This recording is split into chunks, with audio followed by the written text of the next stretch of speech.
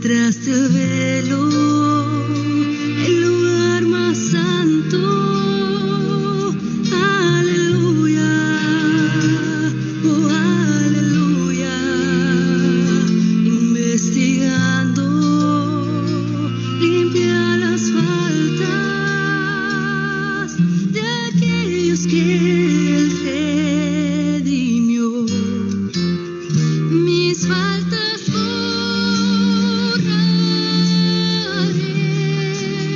en el santuario,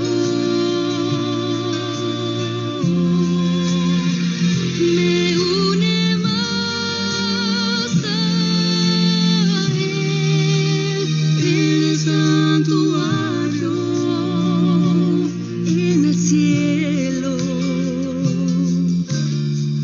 Provee así para mí en el santuario.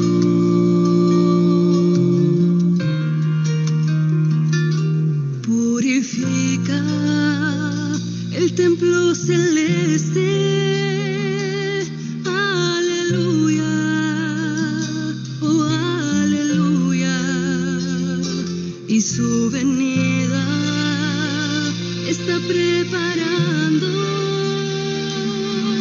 a todo aquel que ha sido fiel. Mis faltas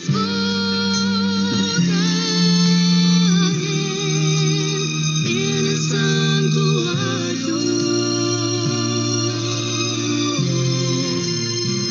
me une más a Él en el santuario, en el cielo. Provee así para mí en el santuario, en el trono aquel de la gracia eterna. Estaremos reunidos allí.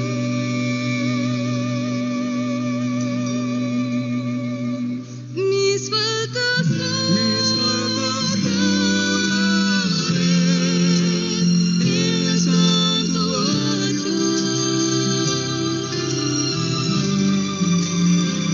me une más a Él en el santuario, en el cielo.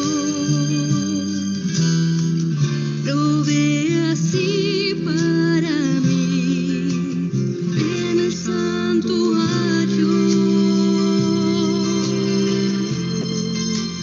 en el santuario, en el santuario.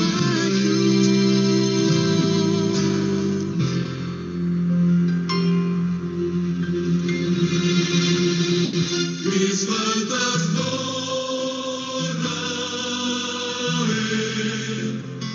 en el santuario,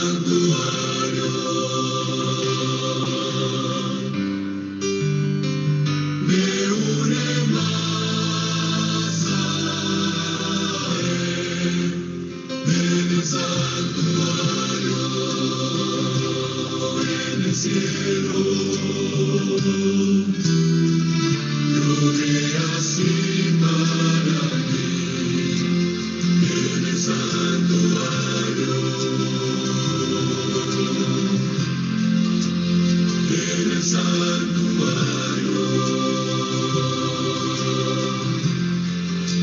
en el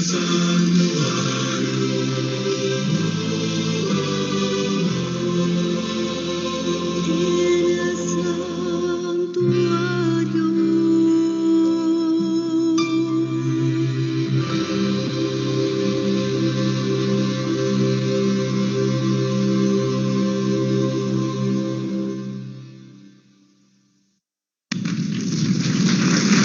Pero antes,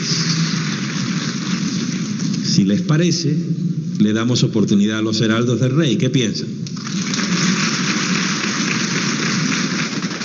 Ellos nos van a traer una canción que nos va a proyectar al cielo. Se titula La Redención. Los Heraldos del Rey.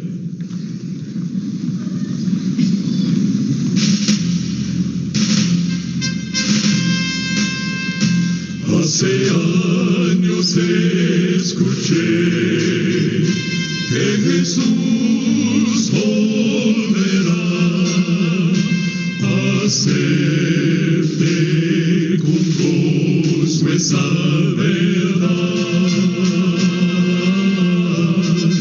La esperanza firme está, pues ahora bien yo sé que mi Cristo muy pronto volverá.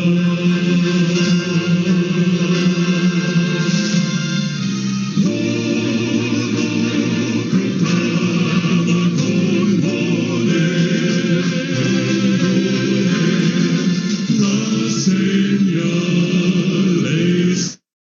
anuncian ya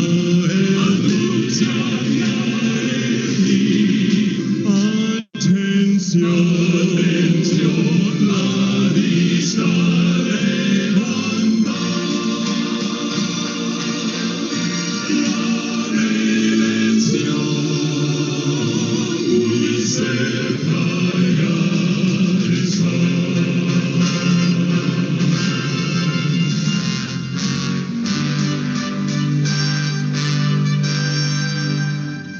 Odio, guerra por doquier, violencia y maldad.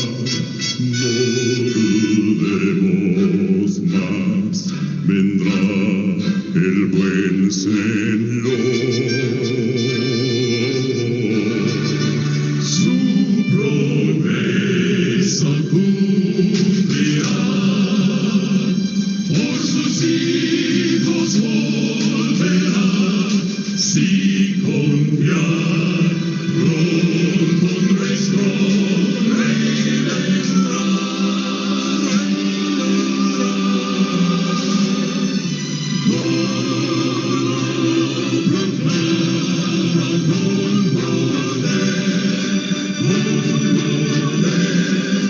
las señales anuncian ya el fin.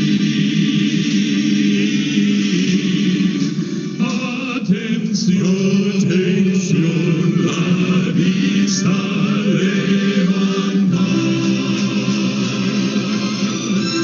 la redención, la redención.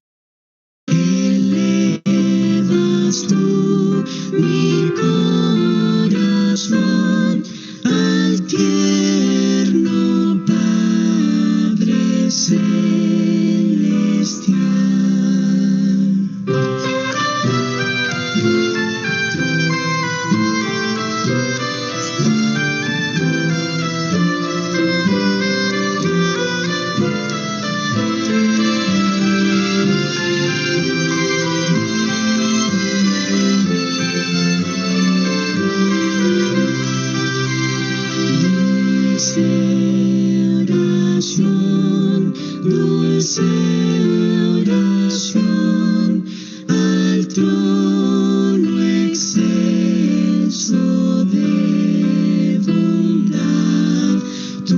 llevarás mi petición a Dios que escucha con piedad, creyendo espero recibir divina y plena bendición, y que me ayudes a vivir junto a mi Dios, dulce oración.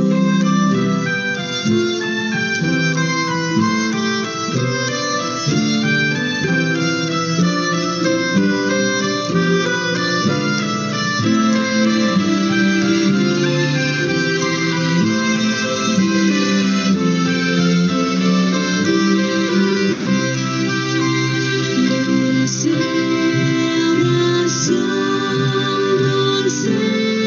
oración, aliento y gozo almas.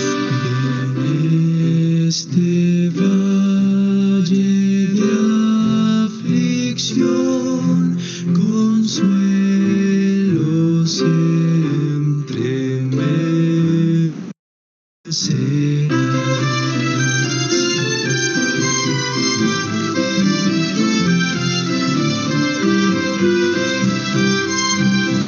Yo solo el día cuando esté con Cristo en la celeste Sion, entonces me despediré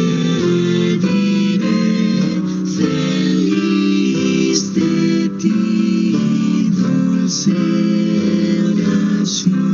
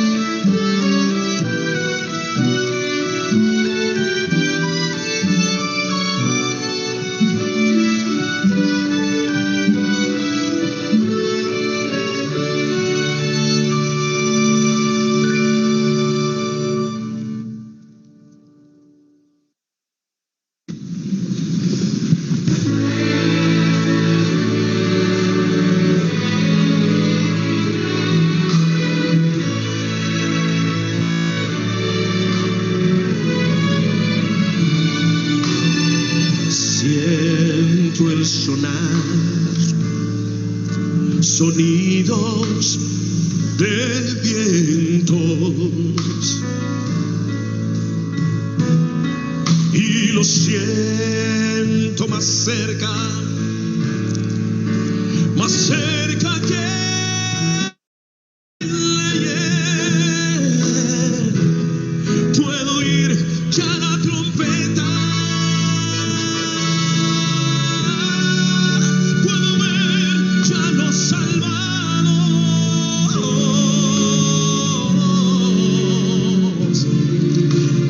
Señor vendrá, y los cielos se abrirán.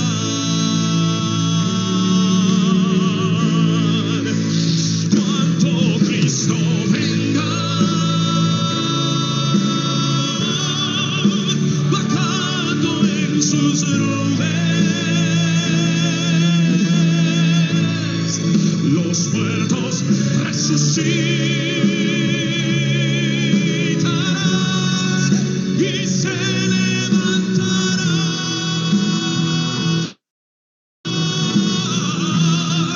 y todos los que estemos aquí seremos transformados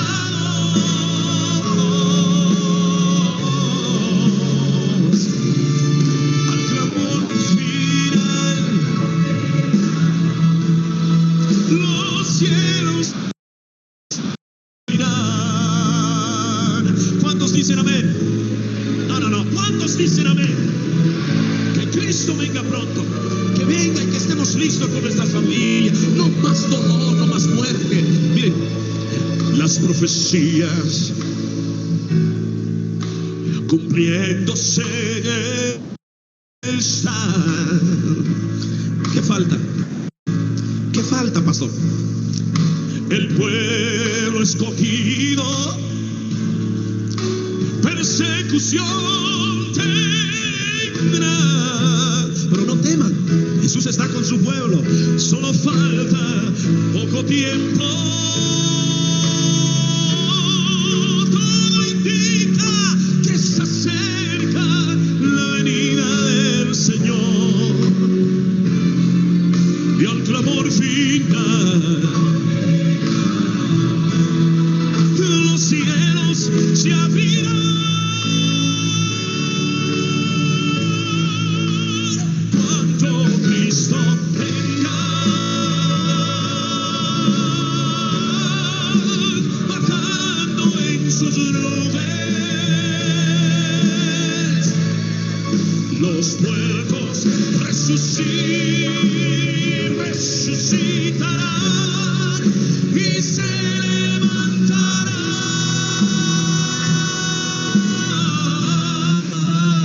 y todos los que estemos aquí seremos transformados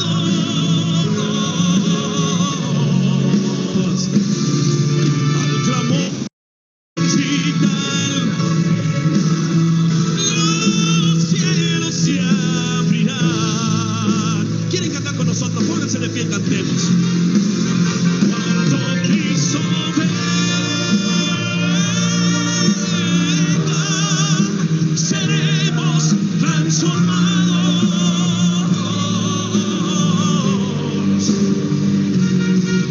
al clamor final.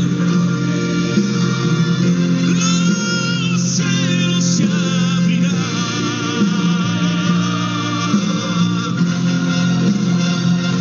al clamor final. Los cielos se abrirán.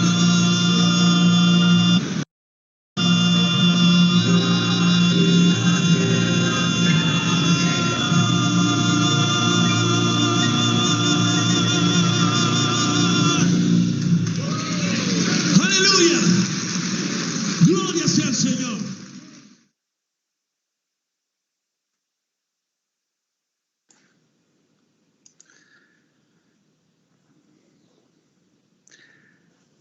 Al clamor final, los cielos se abrirán. Cuando Cristo venga, seremos transformados. Esa es la esperanza que tenemos todos los cristianos, que cuando Cristo venga, Él nos dará una nueva naturaleza. Esta naturaleza con tendencia al mal desaparecerá. Recibiremos una nueva naturaleza, un nuevo cuerpo, que lo tendremos durante toda la eternidad. Ya no tendremos que vencer al mal, porque el mal ya estará vencido. Ya no tendremos esa tendencia a hacer lo malo en vez de hacer lo bueno. Y esa es la esperanza que tenemos, que Cristo nos va a dar nueva vida, vida eterna, y nos va a transformar completamente. Pero mantendremos nuestra identidad. Seguiremos siendo nosotros mismos. Lo único que llevaremos al cielo es nuestro carácter. Y por ese motivo nosotros siempre queremos conocer más a Dios, y la forma de conocerle es estudiando su palabra. Y por eso es que estamos contentos de estar una vez más aquí, reunidos, desde Lima, Perú, hoy 26 de junio, sábado 26 de junio del 2021. Estamos llevando a cabo esta transmisión a través de nuestra plataforma de YouTube, con el objetivo de que posteriormente, cuando aquellas personas que no pueden conectarse a esta hora, en el tiempo que dispongan, puedan también compartir este mensaje. Es una alegría nuevamente estar por aquí, ya por este lado del hemisferio sur.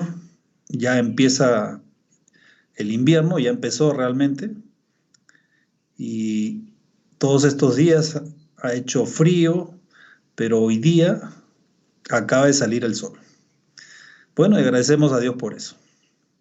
Y para empezar, vamos a pedir la presencia de nuestro Dios para que sea Él quien a través de su palabra nos hable, para que sea Dios quien a través de su palabra nos muestre realmente cuál es aquel verdadero mensaje que Él nos ha dejado para nosotros, que está disponible para todo aquel que quiera acercarse a Él y creer, porque a aquel que cree se le ofrece la vida eterna.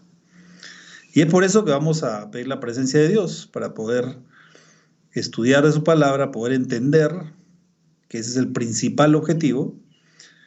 Dios, cuando creó al ser humano, la mayor facultad que le dio al hombre es el discernimiento. Entonces, a través del discernimiento, Dios nos habla. No solo a través de los sentimientos, principalmente a través del discernimiento. ¿Por qué? Porque los sentimientos pasan, pero el conocimiento permanece. Y nuestro conocimiento de Dios se logra a través de su palabra. Y por eso nosotros cada día tenemos que conocer más a Dios, conocer más a Cristo, con el estudio de su palabra. Y ahora vamos a pedir la presencia de Dios, y como siempre vamos a entonar nuestro himno conocido y acostumbrado, el himno número 33,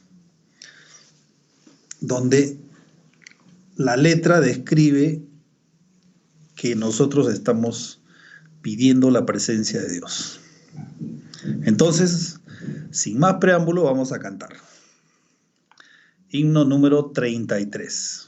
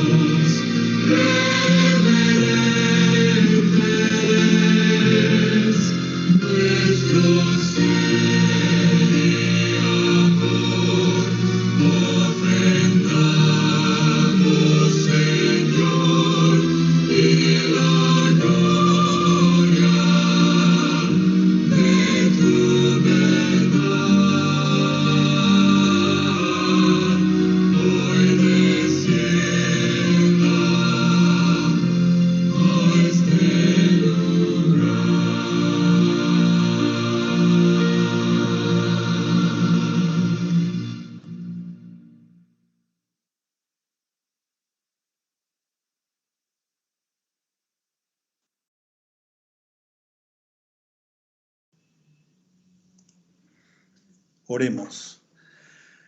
Padre nuestro que estás en los cielos, Señor, queremos agradecerte en esta mañana porque tú eres quien siempre nos acompaña, siempre nos permite conocerte más.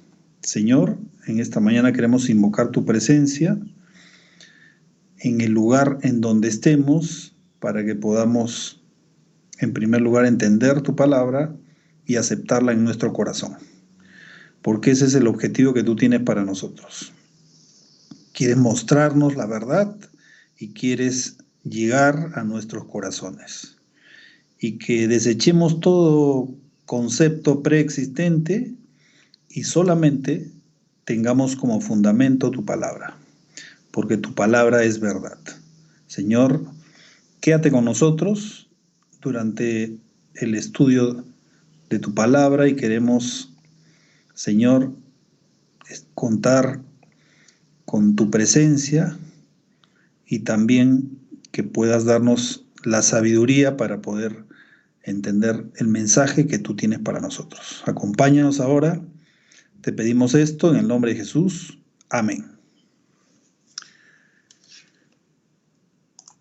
Durante las semanas anteriores, nosotros hemos estado llevando a cabo el estudio de la naturaleza humana. Y la pregunta que nosotros teníamos era, ¿cómo es que el hombre está constituido? Y la conclusión a la que habíamos llegado, fundamentada en la palabra de Dios, es que el ser humano es un ser integral, que ese concepto está en contraposición al concepto que existe en el mundo cristiano, en la gran mayoría del mundo cristiano, que tiene como fundamento, como un principal fundamento, en la creencia de que el ser humano está formado por un cuerpo y por un, entre comillas, alma, que cuando el cuerpo se muere, el alma sale del cuerpo. Ese es el concepto existente en la mayor parte del mundo cristiano.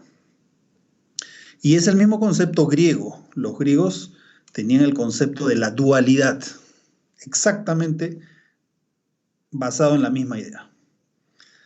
Pero la pregunta es, ¿cuál es el concepto que Dios nos ha dejado en su palabra respecto a la naturaleza del ser humano? Entonces, la única forma de saber realmente la verdad es ir a la palabra de Dios.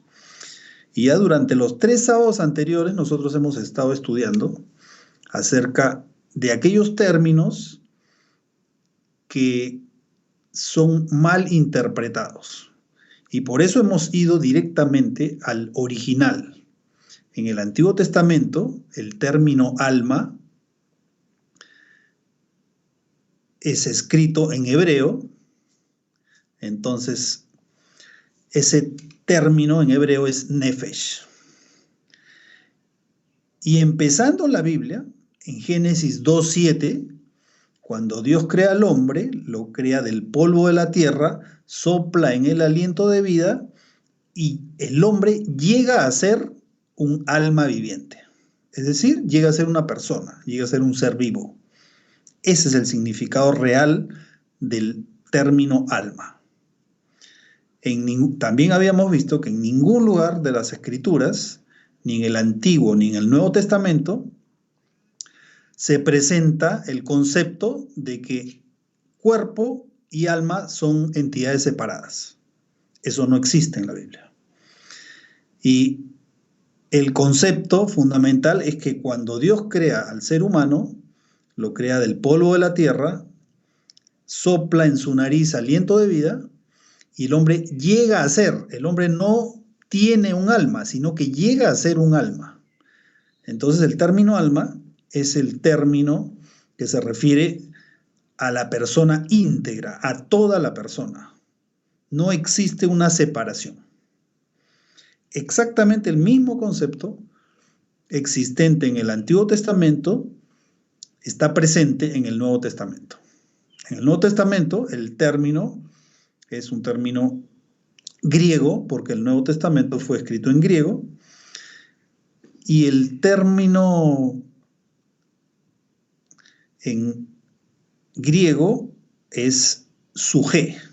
Esa es la palabra griega que representa alma, pero es exactamente el mismo concepto. Alma es un ser vivo, es una persona, es una entidad íntegra, completa. No existe separación. Después, lo que habíamos estudiado también es que en la Biblia se hace referencia al término espíritu. Y el término espíritu en el Antiguo Testamento, en hebreo, es ruach. Es decir, en hebreo, ruach significa espíritu. Y en el Nuevo Testamento, también vimos la semana pasada, que ese término en griego, que fue escrito en griego en el Nuevo Testamento, es neuma, que de ahí viene la palabra neumático, ¿no? Que significa aliento, soplo, viento. También hemos estudiado de que estos términos, en algunos casos, se usan como modismos. En vez de decir yo alabo a Dios, en la Biblia se expresa mi alma alaba a Dios. Pero se hace referencia a la persona porque era un modismo. Es un modismo. Es decir, en vez de decir un pronombre personal, se dice mi alma o tu alma o su alma. ¿Ya? Eso lo estudiamos el sábado pasado y durante los 3 sábados anteriores hemos llevado a cabo el estudio de ese significado. Y también hay otros significados, ¿no? Por ejemplo, referido a la voluntad. La voluntad del hombre también se utiliza, para expresar la voluntad del hombre, se utiliza este término espíritu. Y hemos visto más referencias, y en todas ellas, en ningún lugar se indica de que el ser humano sea conformado o está conformado por entidades separadas, sino todo es una unidad. Cuando el ser humano muere, muere íntegramente. No existe en ningún lugar de la Biblia el concepto de que el alma se separa y se va a otro lugar. Ya eso ya lo hemos estudiado detalladamente durante los 3 sábados anteriores y ahora vamos a estudiar algunos versículos que podrían dar la apariencia, cuando se los estudia de una manera aislada, podrían dar la apariencia de que sí, realmente el ser humano es una entidad separada, cuando se utiliza el concepto que existe en el mundo, que pues el hombre cuando muere, el cuerpo va a la tumba y el alma se va a otro lugar. Pero los versículos se entienden de esa forma porque se está utilizando ese preconcepto. Pero si nosotros utilizamos los conceptos únicamente que existen en la Biblia, entonces de ninguna manera vamos a entender que eso es así, sino al contrario. Vamos a darnos cuenta que el hombre es un ser íntegro, una unidad. Y para eso voy a presentarles la diapositiva donde tenemos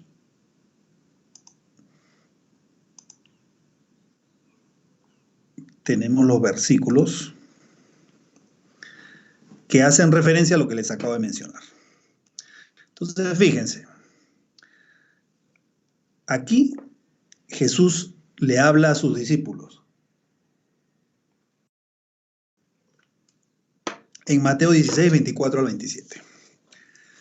Entonces Jesús dijo a sus discípulos: si alguno quiere venir en pos de mí, niéguese a sí mismo y tome su cruz y sígame. Porque,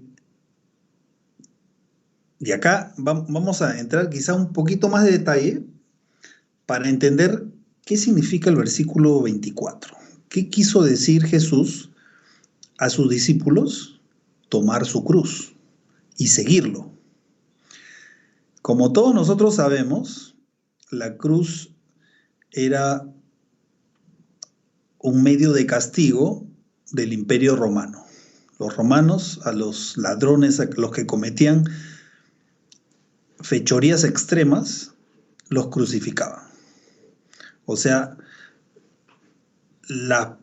lo peor de la sociedad, cuando ocurría este tipo de castigo, pues estaban condenados a ser crucificados. Entonces, ¿qué pasaba? Que cuando el reo era condenado a la muerte en la cruz, tenía que cargar su cruz hasta el lugar donde iba a ser crucificado. Esa cruz significaba oprobio, ¿no? Porque tenía que caminar cargando la cruz hasta llegar al lugar donde iba a ser crucificado y luego, pues, era clavado en la cruz. Y Jesús, cuando les dice eso a sus discípulos, lo hace pensando en eso. Lo hace pensando en que el que siga a Cristo va a tener que cargar su cruz, es decir, va a tener que sufrir el oprobio y va a tener que seguir a Cristo. Pero ¿a dónde fue Cristo con la cruz? Fue a morir. Entonces aquí Cristo está diciendo que inclusive existe la posibilidad de que si alguien decide seguirlo, es posible que tenga que ir inclusive a morir por Cristo. Entonces, ese era el mensaje que Cristo les estaba dando en este momento. Y luego, en el versículo 25, dice, porque todo el que quiera salvar su vida, la perderá. Y todo el que pierda su vida por causa de mí, la hallará. Entonces la pregunta es, ¿y cómo es eso de que si yo quiero salvar mi vida, la voy a perder? Y todo el que pierda su vida por causa de mí, la va a hallar. Aparentemente es contradictorio, pero aquí Cristo ya se está refiriendo a la vida eterna que Él ofrece. Aquella vida perfecta que algún día, cuando Cristo venga, va a dar como regalo a todos aquellos que aceptaron llevar su cruz. Es decir, a todos aquellos que aceptaron el mensaje e inclusive están dispuestos a morir por Cristo. Ese es el mensaje que Cristo estaba dando. Entonces, nuevamente en el versículo 25, por eso es que dice, todo el que quiera salvar su vida la perderá. Es decir, todo aquel que no esté dispuesto a sacrificarse, a dejar las costumbres que tenía y seguir esta vida que Cristo nos ofrece, entonces va a perderse, es decir, no va a lograr la vida eterna. Todo aquel que quiera continuar con su vida tal como la está viviendo sin abandonar el pecado, todo aquel que quiera continuar teniendo compañías que lo lleven al pecado, entonces todo aquel que quiera seguir con eso, es decir, salvar ese tipo de vida y seguir con ese tipo de vida, pues la va a perder. Eso es lo que nos está diciendo Cristo acá. Y todo el que pierda su vida por causa de mí, refiriéndose a dejar esa vida de pecado y también inclusive, si fuera posible, a dar su vida por la causa de Cristo. Aquel va a hallar la vida. ¿Qué vida? La vida eterna que Cristo nos ofrece. A eso se está refiriendo Cristo. Entonces, pasamos ahora al versículo 26. Y aquí fíjense la importancia de tener el contexto.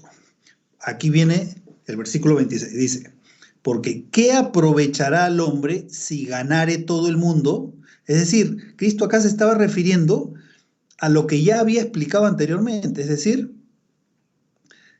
¿qué es lo que le va a aprovechar al hombre si va a continuar con esa vida de placeres, de pecado, de costumbres que no están de acuerdo a lo que Cristo quiere para nosotros? Eso es lo que está diciendo Cristo acá.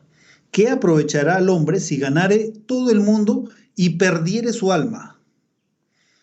Entonces, aquí nuevamente, el término alma se refiere a la persona íntegra. Es decir, ¿qué me va a aprovechar estar o continuar con aquellas costumbres pecaminosas si al final no voy a lograr la vida eterna? Me voy a perder eternamente. Ese es el mensaje que Cristo nos está dando acá. ¿O qué recompensa dará el hombre por su alma? Porque el Hijo del Hombre vendrá en la gloria de su Padre con sus ángeles, y entonces pagará a cada uno conforme a sus obras. Es decir, cuando Cristo venga, aquellos que aceptaron tomar la cruz de Cristo, aquellos que lo siguieron, aquellos que entendieron el mensaje y lo aceptaron.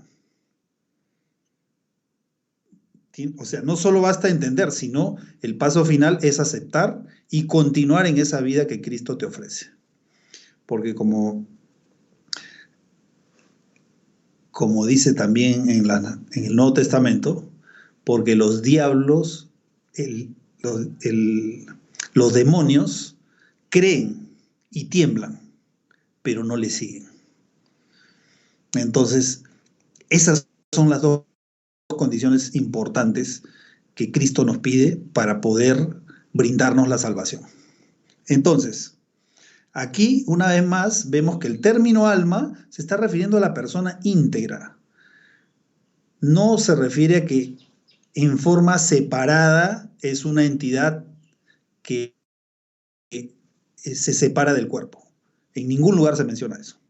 Entonces, cuando finalmente Cristo venga, Él va a pagar a cada uno conforme a sus obras. Es decir, conforme a la decisión que hizo de seguir a Cristo.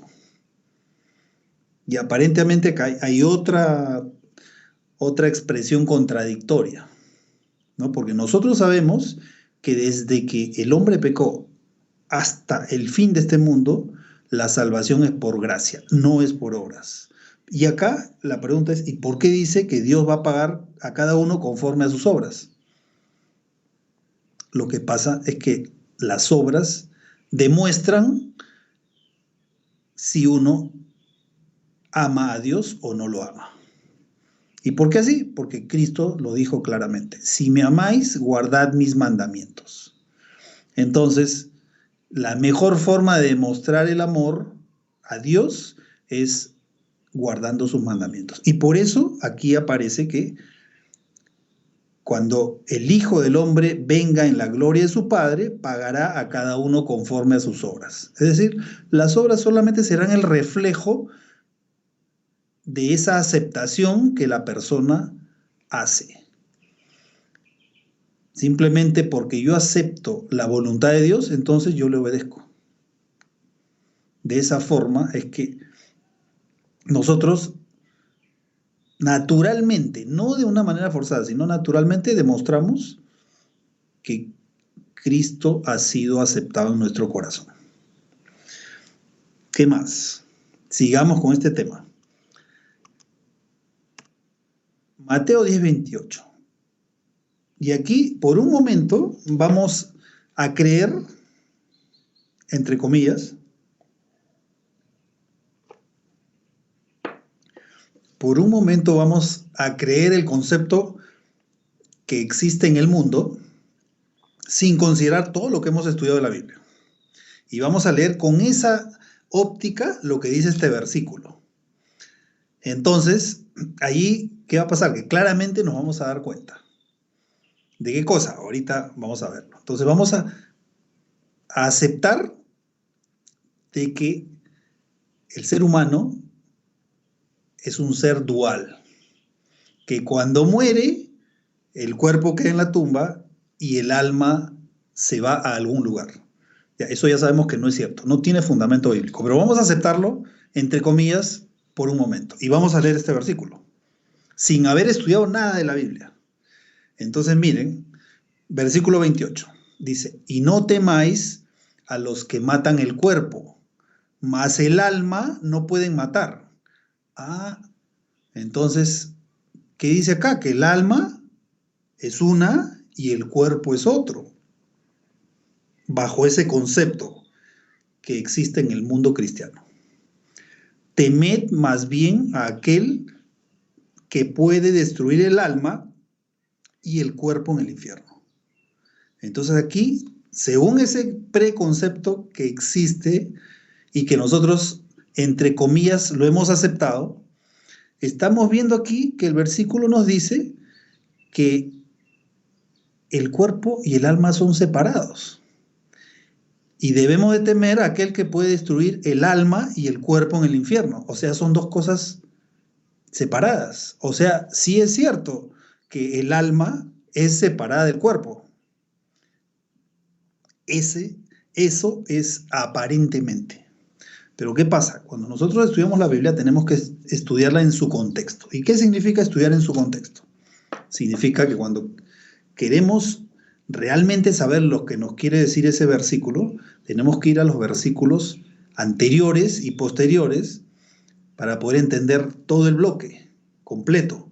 Y no solo eso, sino que tenemos que ir a los capítulos anteriores y posteriores relacionados con este tema. Y en un contexto mucho más amplio tenemos que ir a toda la Biblia. Entonces, en la Biblia vamos a encontrar conceptos relacionados a este tema.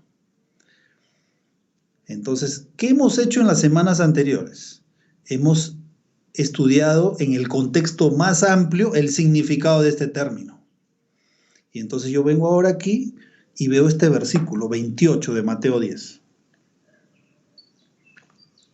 Entonces primero me acuerdo de todo lo que estudié.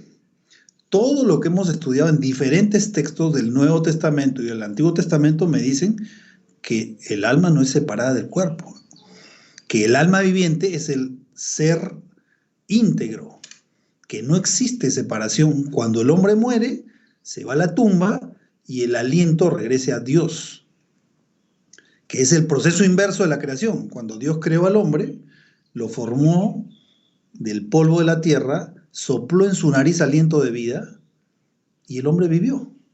Cuando el hombre muere, exactamente hace eso, pero al revés. Es decir, el hombre exhala el último aliento de vida que regresa a Dios y el cuerpo se torna en polvo. Entonces, y ahora la pregunta es, ¿y acá qué pasa con esto? Tenemos que ir al contexto. Ya vimos el contexto más amplio, el contexto mucho más amplio que está en toda la Biblia me dice que eso no es así. Entonces, tengo que ir a los versículos anteriores a ver a qué se refiere, quiénes son los que matan el cuerpo. Dice, no temáis a los que matan el cuerpo. ¿Y qué me está queriendo decir Cristo acá? Porque quien habla es Cristo. Y el alma no pueden matar. Temed más bien a aquel que puede destruir el alma y el cuerpo en el infierno. Entonces nos vamos al contexto inmediato. Y fíjense el contexto inmediato. Empezando en el versículo 16. Dice, he aquí yo os envío como a ovejas en medio de lobos. Sed pues prudentes como serpientes y sencillos como palomas.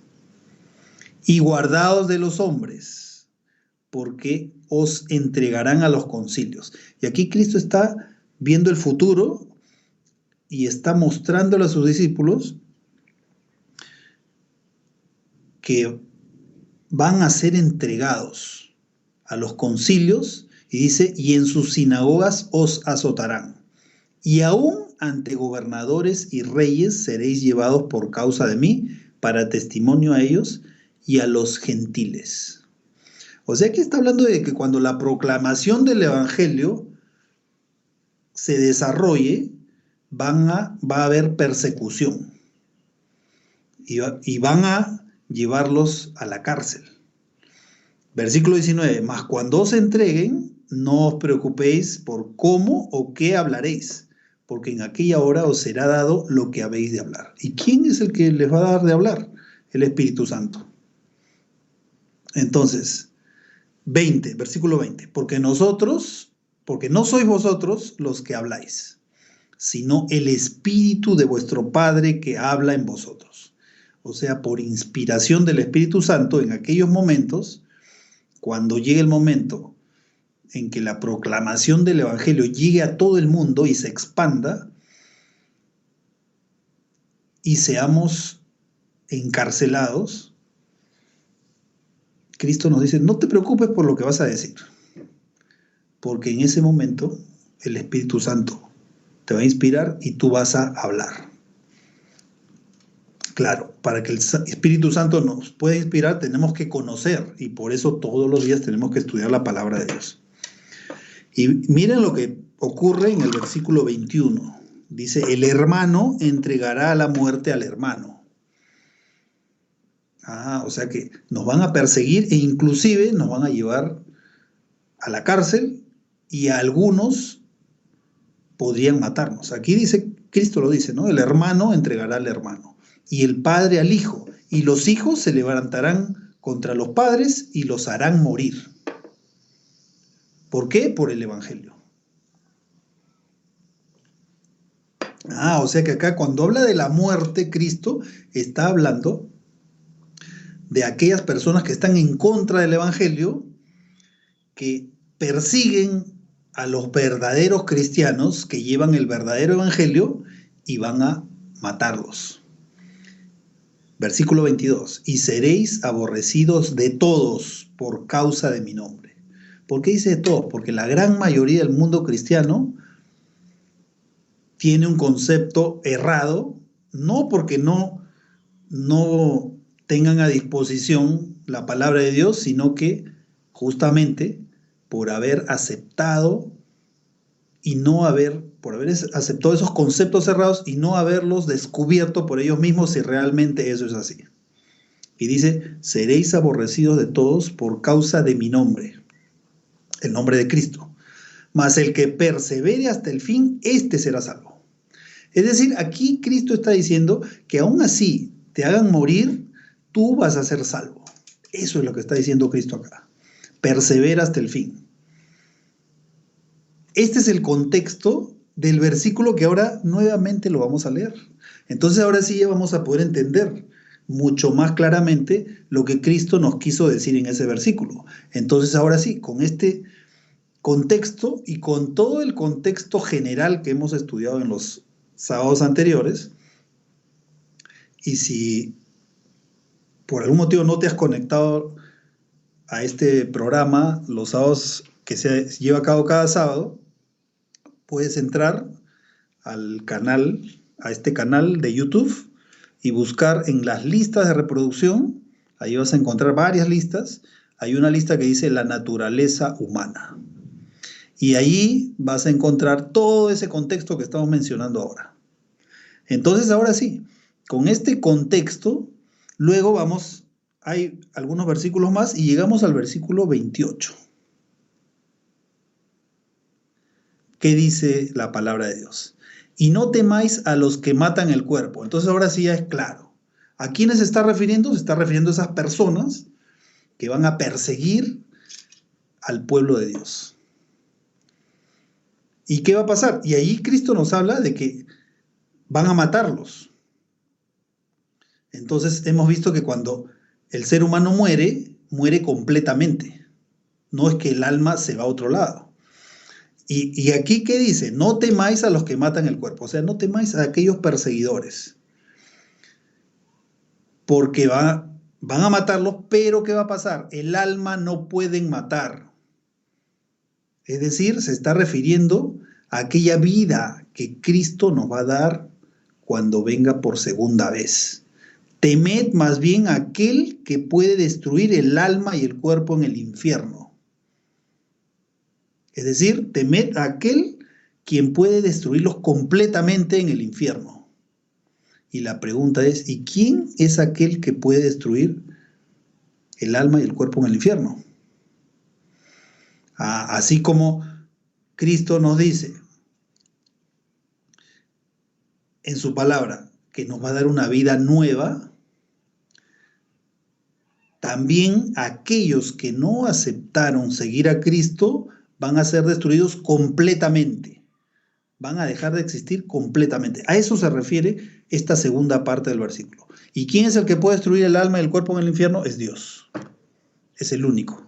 Por eso anteriormente dice, no temáis a los que matan el cuerpo, mas el alma no pueden matar.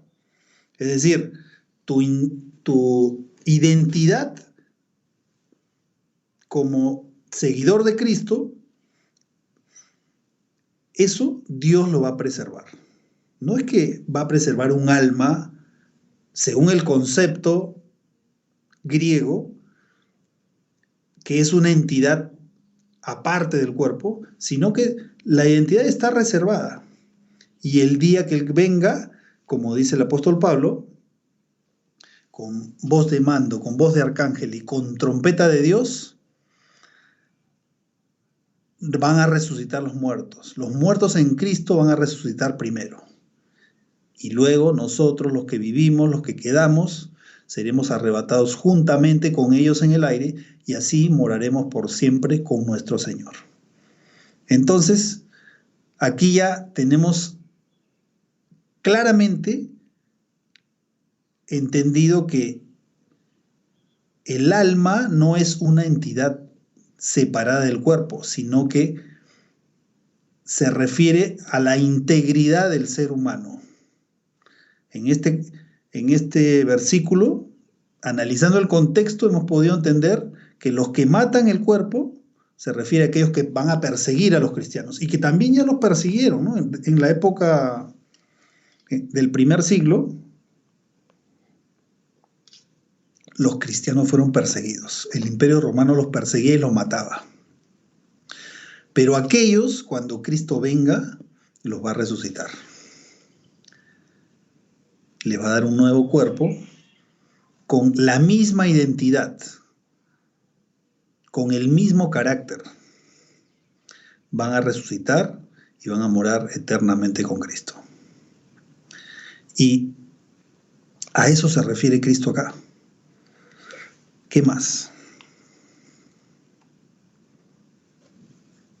Y aquí hay otro texto que se refiere también a un mensaje similar. Dice, aquí yo os envío como... este es el contexto ya anterior. Vamos a seguir. Y aquí, fíjense cuál es la esperanza. Dice 2 Timoteo 4, 7 y 8. Esta es una carta que el apóstol Pablo le envía a Timoteo, que era un joven que desde niño había sido instruido en la palabra de Dios y ahora era un líder de la iglesia. Era joven. Dice, he peleado, y le cuenta a Pablo, ¿no? He peleado la buena batalla. He acabado la carrera. He guardado la fe. Es decir, ha amado a Cristo. Ha obedecido sus mandamientos. No por obligación, sino por amor. Por lo demás, me está guardada la corona de justicia, la cual me dará el Señor juez justo en aquel día. Y no solo a mí, sino también a todos los que aman su venida. Es decir, en aquel día Dios nos dará la recompensa. Y el apóstol Pablo tenía esa esperanza de que él ya veía que iba a morir. Veía que el evangelio se estaba proclamando en el mundo, pero él ya era de edad avanzada. Entonces él se sentía satisfecho con lo que había hecho, de ser el instrumento a través del cual a quien Dios utilizó para poder proclamar el mensaje. Y es por eso que ahora tenemos en el Nuevo Testamento muchas epístolas que Pablo escribió. Y la esperanza de él era que el Señor, o sea, Dios, Cristo, aquel juez justo, le va a dar la corona en aquel día. ¿Cuál día? Cuando Cristo venga por segunda vez. Y no solo a mí, sino a todos los que aman su venida. Y ahora, nuevamente, tenemos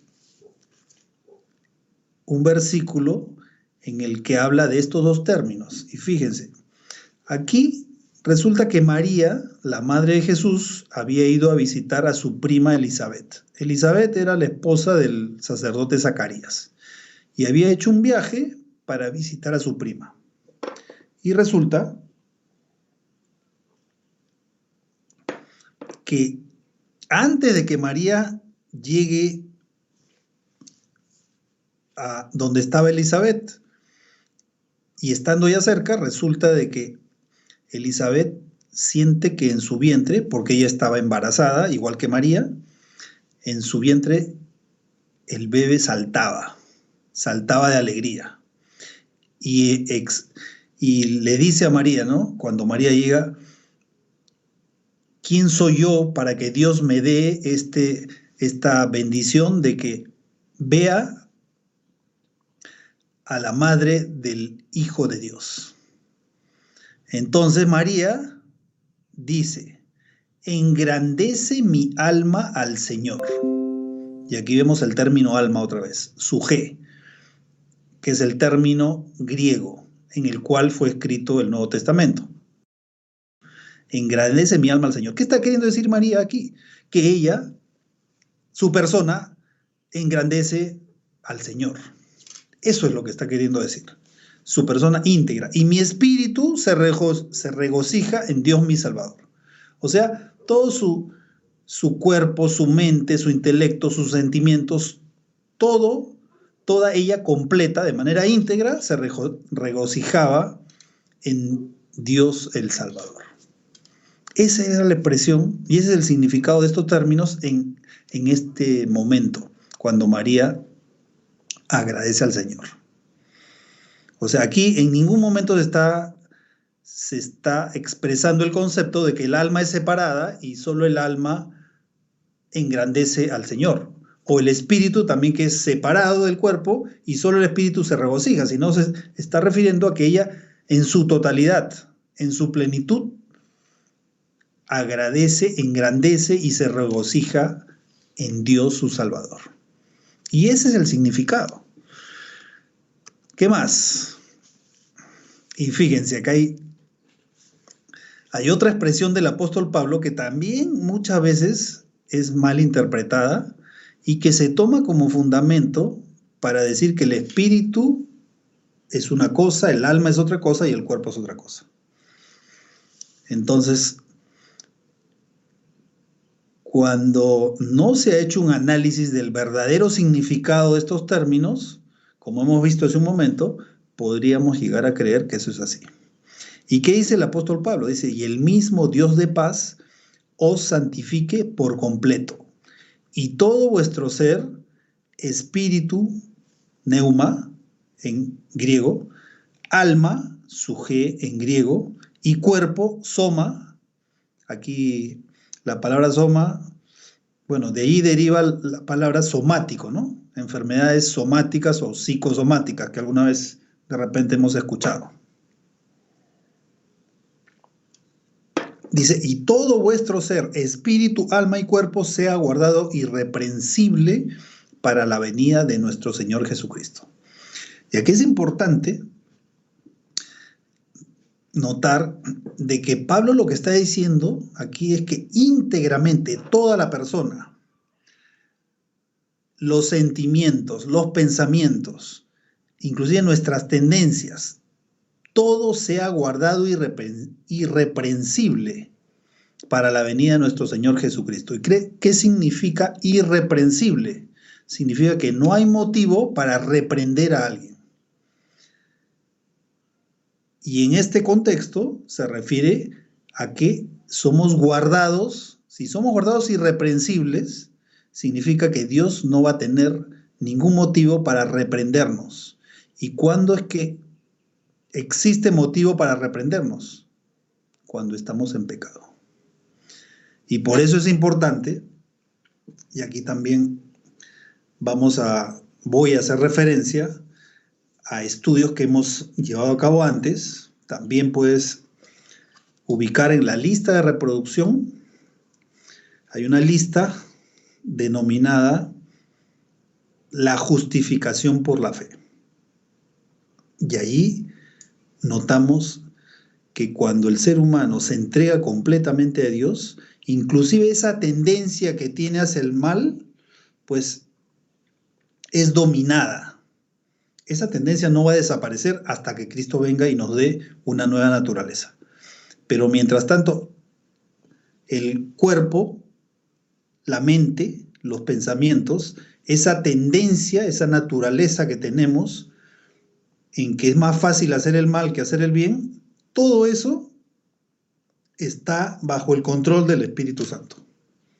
Y a eso se está refiriendo acá Pablo. Acá Pablo no está haciendo una descripción relacionada a que el cuerpo es una cosa, el alma es otra entidad separada y el espíritu es otra entidad separada. Lo que está diciendo acá claramente es que todo, íntegramente, completamente, el ser humano, la mente, los sentimientos, los impulsos, la naturaleza del ser humano, toda sea guardada irreprensible para la venida de nuestro Señor Jesucristo. Porque ese es el objetivo de la salvación. Cuando Cristo nos salva, no solamente nos perdona y ya somos salvos. Eso es una salvación incompleta. Y Cristo no quiere darnos una salvación incompleta. La salvación completa consiste en que el ser humano se arrepiente, Dios lo perdona, le da la salvación, pero Dios quiere que el ser humano se mantenga en ese estado en el que el Espíritu Santo es quien controla la vida. No quiere que el hombre vuelva a seguir pecando, sino quiere restaurar al ser humano a aquella situación en la cual estaba Adán después de haber sido creado. Entonces la diferencia es que entre Adán y nosotros es que después que Adán fue creado, él no tenía la tendencia al mal. Nosotros sí la tenemos. La heredamos. Heredamos la tendencia al mal, pero no heredamos el pecado. Porque el pecado es pecado cuando de nuestra propia voluntad lo hacemos. No es pecado el haber nacido de padres humanos. No se hereda el pecado, se hereda la tendencia al mal. A hacer lo malo, sí. Esa es la consecuencia de la caída de Adán. Que toda su descendencia, toda la humanidad, tiene tendencia al mal. Pero no hereda el pecado. El pecado nace cuando se ejecuta. Antes no. O sea, el pecado existe cuando por la propia voluntad humana el ser humano decide pecar. Entonces aquí el apóstol Pablo justamente está haciendo referencia a eso. Nos dice, miren, al inicio dice, el mismo Dios de paz os santifique por completo. Es decir, después que Dios nos perdonó, ese perdón significa justificación. ¿Y qué significa justificación? Que somos considerados justos porque Cristo murió por nosotros. Y como nos hemos arrepentido, Cristo nos perdona. El perdón significa que se borra ese registro y la paga que yo tenía que dar por el pecado, Cristo ya la pagó. Entonces soy considerado justo. Pero luego viene la segunda dimensión de la salvación, que es la santificación. Es decir, continuar en esta vida apartado del pecado. Y eso es a lo que se refiere la primera parte del versículo 23. Y el mismo Dios de paz os santifique por completo. Es decir, la santificación por completo involucra esa tendencia al mal que uno tiene, tenerla dominada, pero no yo, sino el Espíritu Santo. ¿Y por qué? Porque continuamente, diariamente, me comunico con Dios y me pongo a su disposición. ¿Para qué? Para que sea el Espíritu Santo quien domine mi naturaleza. No yo, porque yo solo no lo puedo hacer. Tú no puedes lograr vencer al pecado por ti solo. Eso es imposible. Pero sí se puede lograr vencer el pecado cuando uno entrega su vida al Espíritu Santo, a Cristo. Y el Espíritu Santo hace de que nosotros, poco a poco, en el camino de esta vida, cada vez más nos alejemos del pecado. Y a eso se llama el proceso de santificación. A eso es lo que Pablo aquí se refiere. El mismo Dios de paz os santifique por completo. O sea, Dios no quiere solo perdonarnos, otro concepto que existe en el mundo cristiano, que dice que Cristo te perdonó, tú te arrepentiste, Cristo te perdona, y esa es la salvación, y ahí termina la salvación. Salvación completa, salvación terminada. No te preocupes por lo que vas a hacer después. ¿Que vas a pecar? Sí, no hay problema. Tú ya fuiste salvo. Una vez salvo, para siempre salvo. Eso no está expresado en ningún lugar de la Biblia, en ningún lugar de la palabra de Dios. Porque así no es la salvación. La salvación empieza cuando nos arrepentimos. Bueno, en realidad empezó cuando Cristo se ofreció. Antes de que el hombre caiga, antes de crear al ser humano, dentro del plan de creación estaba el plan de salvación, en el cual Cristo dijo, si es que por algún motivo el ser humano cae en pecado, yo me voy a ofrecer a pagar esa deuda, esa penalidad que tiene que pagar el ser humano. Morir eternamente, en su lugar voy a morir. Entonces, allí empezó la salvación. La salvación se ofrece a toda la humanidad, pero hay una condición, que como Dios nos da libre albedrío, es decir, la capacidad de decidir, si tú quieres, aceptas el mensaje. Y si no quieres, Dios no te va a obligar.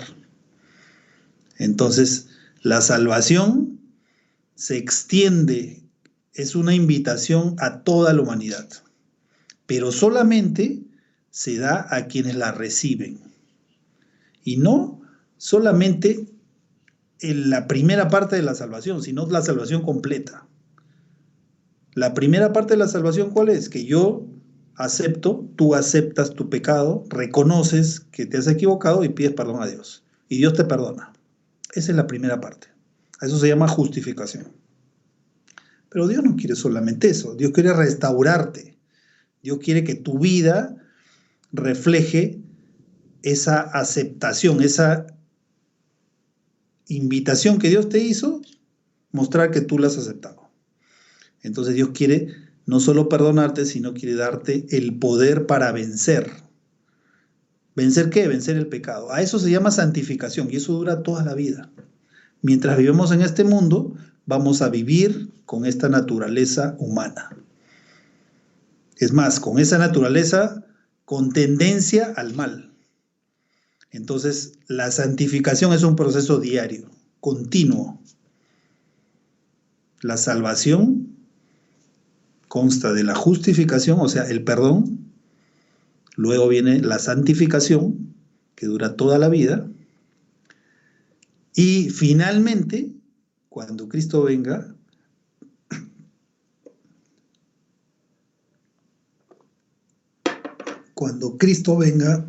perdón, resulta que Dios nos va a dar un nuevo cuerpo, con la misma identidad, con nuestro mismo carácter, pero tendremos un cuerpo renovado, el cual no tendrá tendencia al mal. A eso se llama glorificación.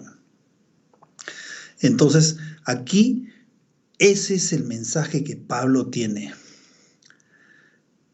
Que Dios nos santifique en este camino de la vida completamente. Santificar significa apartarse del pecado.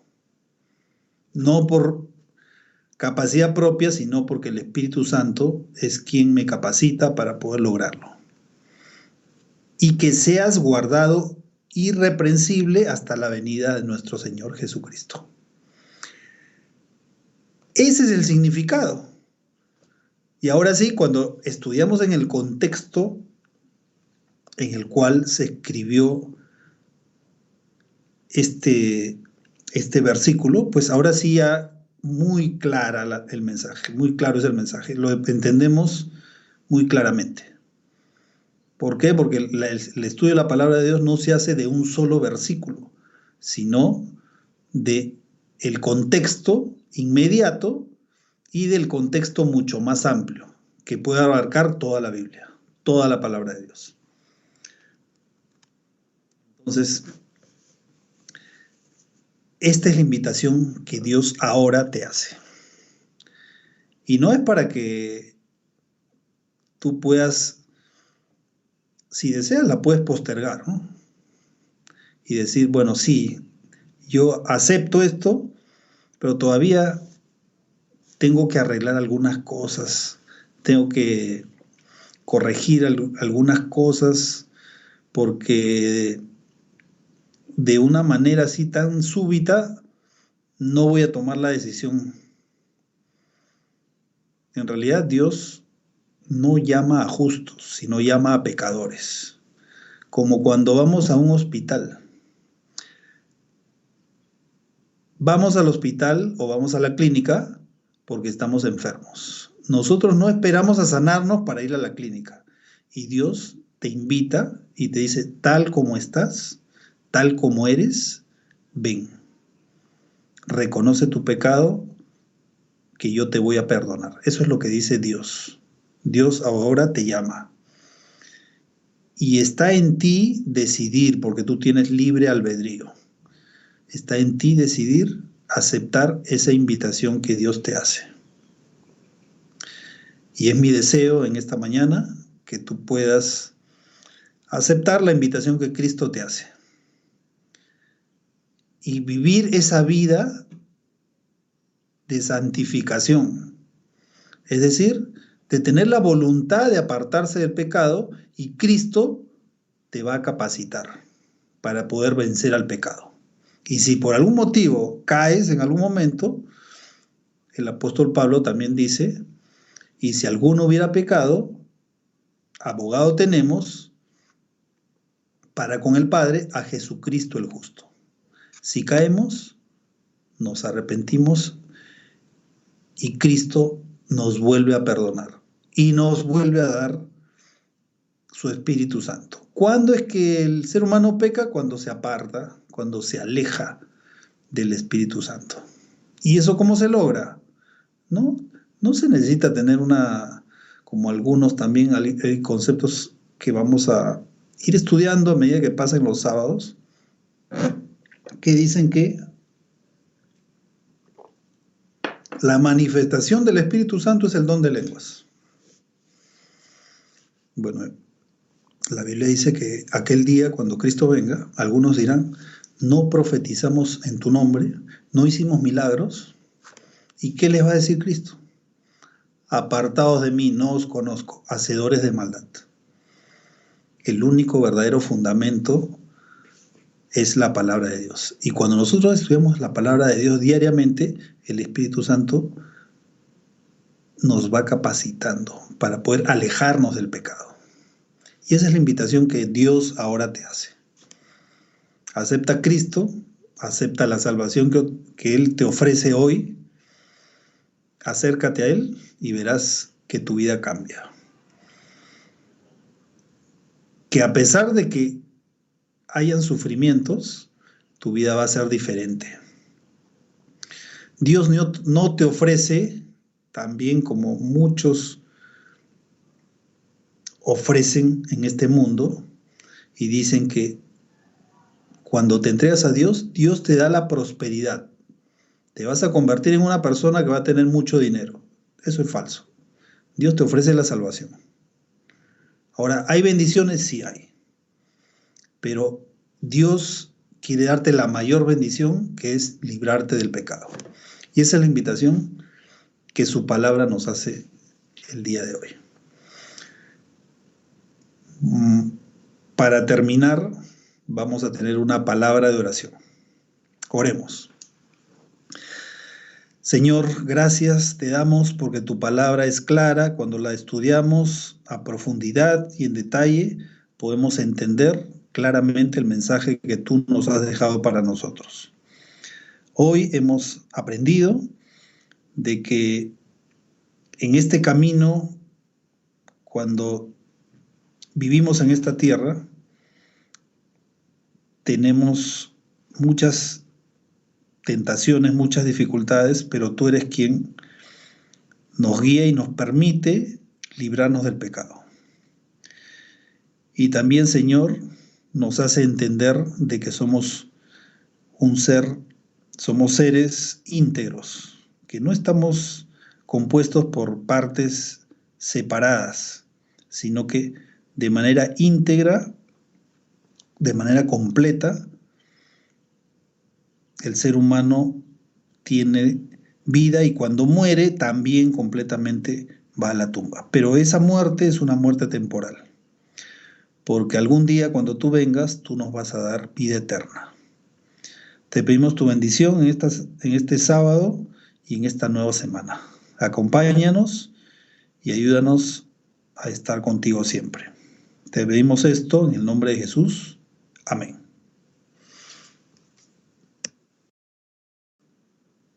Apreciados amigos, hemos llegado al final de nuestro estudio. Quisiera invitarlos para el próximo sábado, que ya el próximo sábado estamos en el mes de julio, hoy 26 de junio, ya estamos llegando al final del mes. Los invito para que puedan continuar con estos estudios interesantes. La próxima semana vamos a estudiar acerca de la parábola del rico y Lázaro, que también se usa para poder asumir de que el ser humano es un ser que se divide cuando muere. Pero ¿realmente es eso así? Eso lo vamos a ver el próximo sábado.